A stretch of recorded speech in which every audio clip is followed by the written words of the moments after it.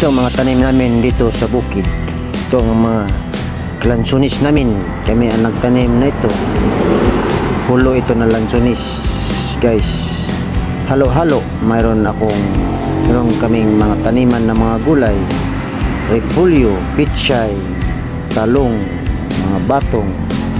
Halo-halo ang tanim namin dito sa bukid. Basta kami mabuhay lang na nagtaniman kami dito sa bukid. Basta ang hanap buhay natin na malinis, walang halong mga kalukuhan.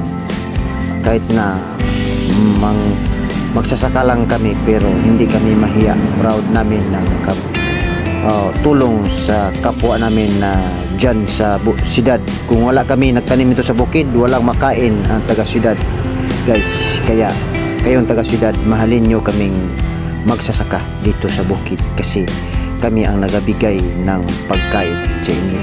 Kung walang magsasaka, walang tao sa siyudad.